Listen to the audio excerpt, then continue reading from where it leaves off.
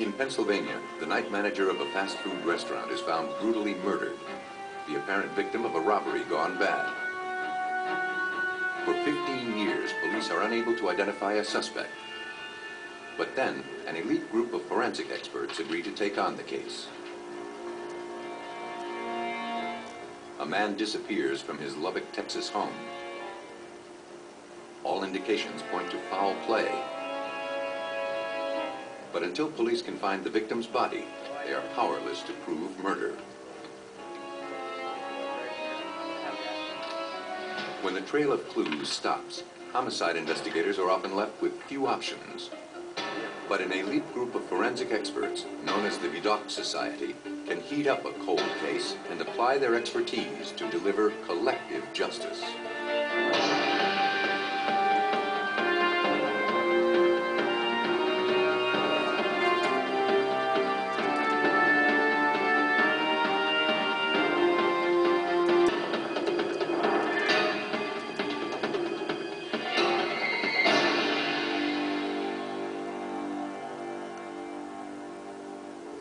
But in some cases, detectives face a more daunting set of circumstances. No crime scene at all. On Sunday, May 19, 1991, Jim Dunn and his wife received a late-night call at their Yardley, Pennsylvania home.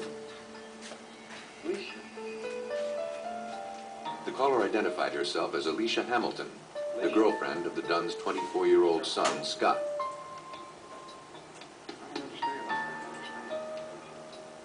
Upset, Alicia said Scott had disappeared from their Lubbock, Texas home. Jim told Alicia not to worry. He was expecting a call from Scott any day.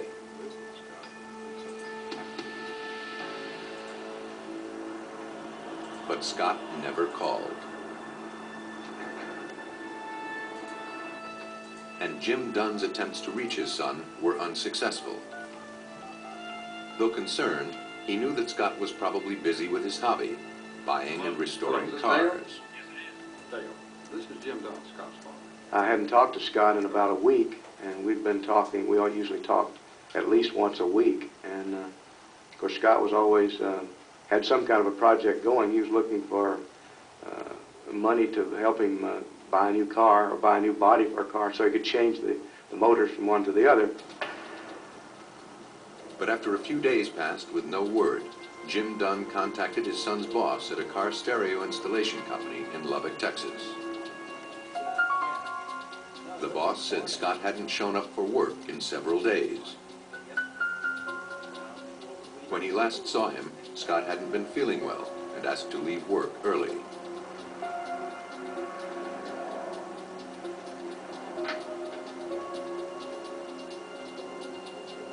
He left his tools and his car at work and had his girlfriend, Alicia Hamilton, come pick him up. Scott said he hoped to be back at work in a few days. The boss told Jim Dunn that Alicia Hamilton called the shop a few days later. She believed Scott had left her for another woman.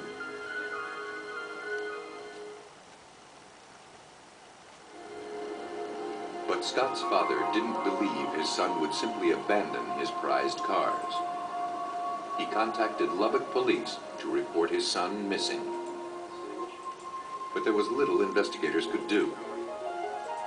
As an adult, Scott Dunn had the right to be missing. More importantly, there was no proof that a crime had taken place. Still, Detective Tal English agreed to look into the case. He basically told me how unusual it was for Scott to be gone at all, just to disappear like this. And two things that he was really concerned about that concerned him was he had left his tools at his work, and he had left his car there, and had not taken either one. Those two items were extremely important to him, and Jim knew that he wouldn't just leave them. Later that evening, detectives contacted Scott's live-in girlfriend, Alicia Hamilton. She had last seen him just hours before he disappeared. She said she brought Scott home from work after he complained of feeling sick. She put him in bed and made him some tea. She wanted to stay and take care of him, but Alicia was already late for her waitressing job. Scott insisted that she go. Alicia said goodbye and went off to work. She hadn't seen him since.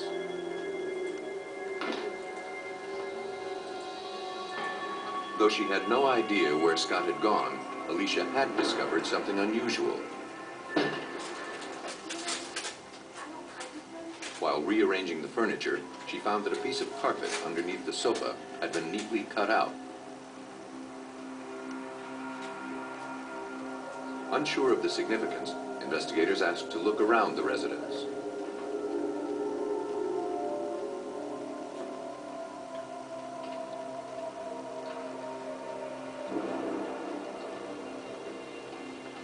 In the bedroom, they found the missing piece of carpet. It had been duct taped to the floor and was covering a bare patch of the rug. Alicia hadn't noticed it before. Underneath the patched carpet, investigators noticed large reddish-brown stains. They appeared to be blood. When we saw that it looked like a crime scene, we kind of backed up. That's when our identification section was called in. They came out, and we wanted them to photograph the scene prior to actually anything being moved. Tests confirmed that the stains were human blood. Though it was unclear if the blood had originated from missing 24-year-old Scott Dunn, the finding indicated that something violent had happened inside that bedroom. A concerned father's intuition had exposed a possible homicide.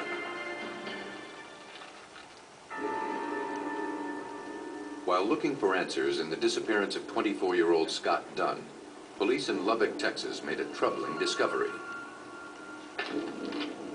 In the master bedroom of the apartment the young man shared with his girlfriend, detectives discovered bloodstains underneath a section of carpet. Authorities scoured the room for more evidence. Under a light source, technicians found copious amounts of blood throughout the room. On the walls and ceiling, they found smears and streaks of more blood. It was a telltale sign that someone had tried to clean up evidence of a brutal crime.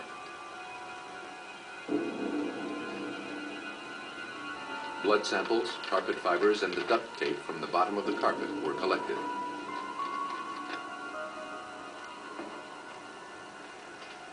They also retrieved Scott Dunn's hairbrush for possible DNA samples. At the crime lab, examiners successfully generated Scott Dunn's DNA profile from hairs collected from his brush. When that was compared to the ones extracted from all the blood evidence, they found a match.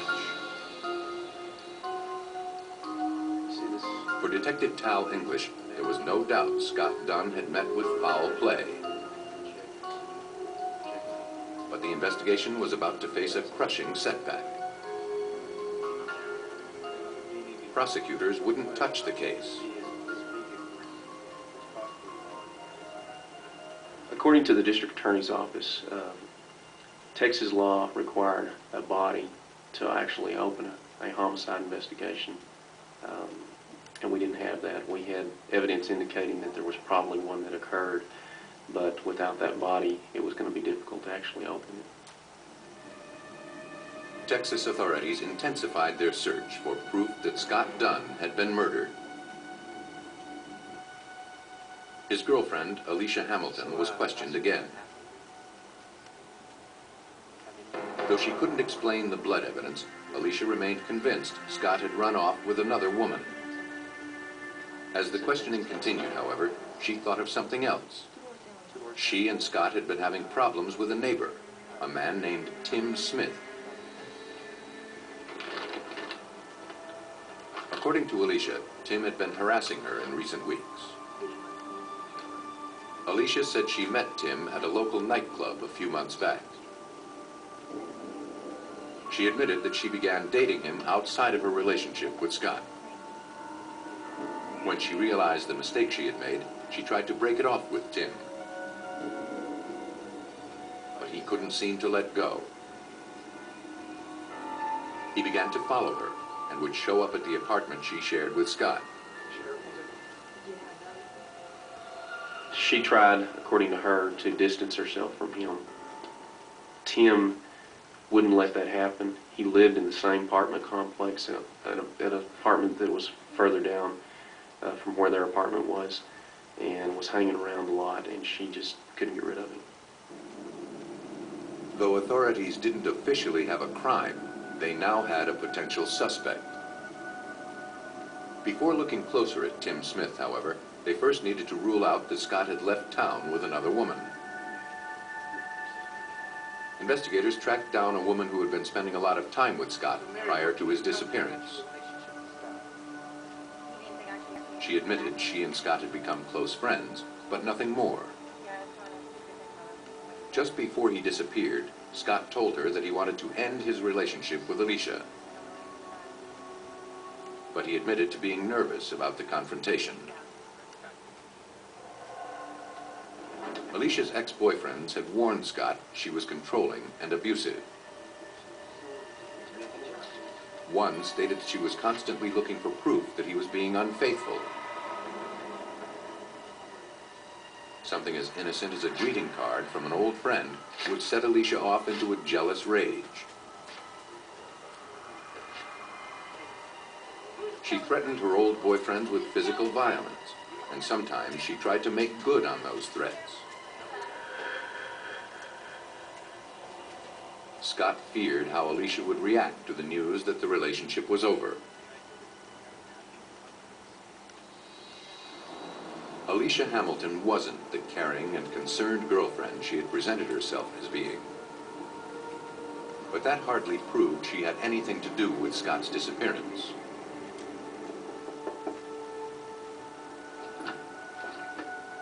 Police paid a visit to Tim Smith, the man Alicia claimed had been harassing her and Scott. He was in the process of packing up his apartment.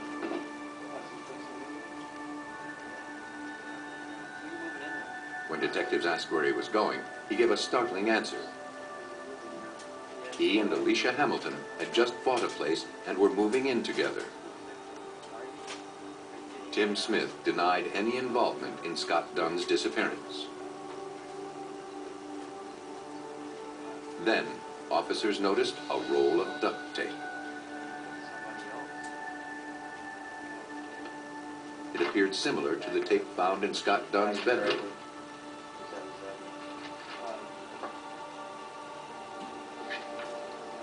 At the Lubbock Police Department Crime Lab, criminalist Scott Williams compared the tape found at Tim Smith's apartment against the tape found in Scott Dunn's bedroom.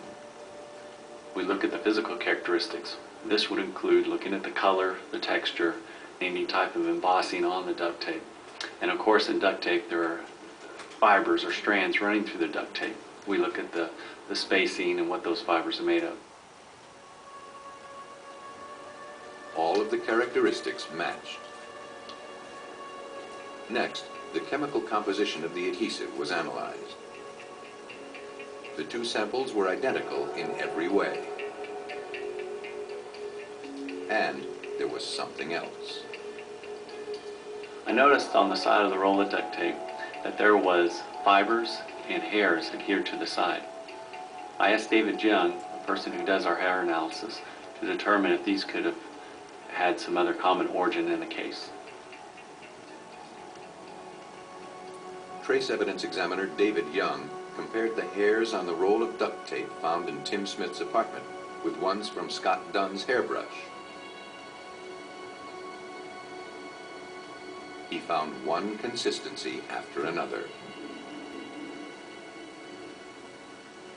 It basically tells us that at some point in time, Scott Dunn was around that roll of duct tape, and therefore, since we linked the duct tape to part of the crime scene, it helped put Scott Dunn with that roll of duct tape that was possibly at the crime scene as well. Police now had a physical link between the possible crime scene and Tim Smith's apartment. Tim Smith was now the prime suspect in a missing persons case, and his relationship with Alicia Hamilton could not be ignored. But Scott Dunn's fate remained a mystery. Until authorities could produce his body, they would be unable to prove murder.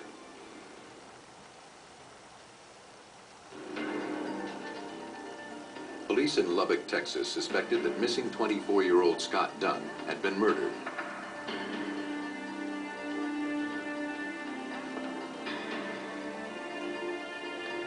His girlfriend, Alicia Hamilton, and a man named Tim Smith were emerging as the prime suspects.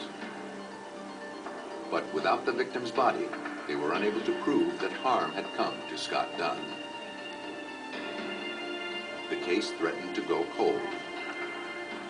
But Scott's father, Jim Dunn, refused to let his son's case slip away. I'd continued to press the issue for almost a year, and was trying to find out as much as I could about Alicia Hamilton, who she was. And also then the case had just actually had stalled because the district attorney, I'd spoken to him a couple of times, and he said, "Dunn, I don't know why you're calling me." He said, "You don't even have a body. You don't have a crime." He said, "It's just a missing person." Determined to find justice for his son, Jim Dunn he poured blood onto a similar piece of carpeting that police had been waiting for. Now, investigators focused on finding evidence that could physically link Alicia Hamilton and Tim Smith to the murder. They began reviewing files for anything they might have overlooked. They found something. Some of the hairs recovered from the duct tape found at the crime scene had not originated from Scott Dunn. Tim Smith was brought in for questioning the following day. He continued to deny any involvement, and, eager to cooperate, he provided police with a hair sample. Alicia Hamilton provided one as well. Examiners compared the samples taken from Tim Smith and Alicia Hamilton to the unidentified hairs collected from the blood-stained duct tape found in Scott Dunn's bedroom. Examiners concluded that the unidentified hairs had originated from the two suspects.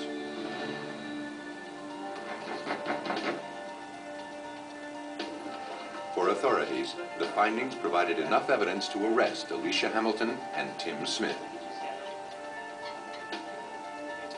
The couple, currently living together, were taken into custody and charged with murder. Investigators believe that when Scott Dunn tried to end his relationship with Alicia, she became enraged. Unable to handle the rejection, she lashed out and beat the young man to death. Police believe she then turned to her other boyfriend, Tim Smith, for help in cleaning up the scene and disposing of Scott's body. A jury found Alicia Hamilton guilty of murder and sentenced her to 20 years in prison. Tim Smith was also found guilty of murder. He received 10 years probation. Scott Dunn's body has never been found. His father, Jim Dunn, was asked to join the Vidocq Society to help the parents of murdered victims. He agreed. And because of my involvement there, I think as a result of being involved with the Vidocq Society and being actually a member of the Vidocq Society, that I can return a little bit and give them thanks in a different way, and at the same time maybe help someone else that was in the same position I was 10 years ago when Scott was murdered. The Vidocq Society says its only client is truth. In that respect, they are no different from the law enforcement and forensics experts they help out. But when killers are cunning and the truth is elusive, Vidocq Society experts provide the new perspective to bring cold cases back from the brink.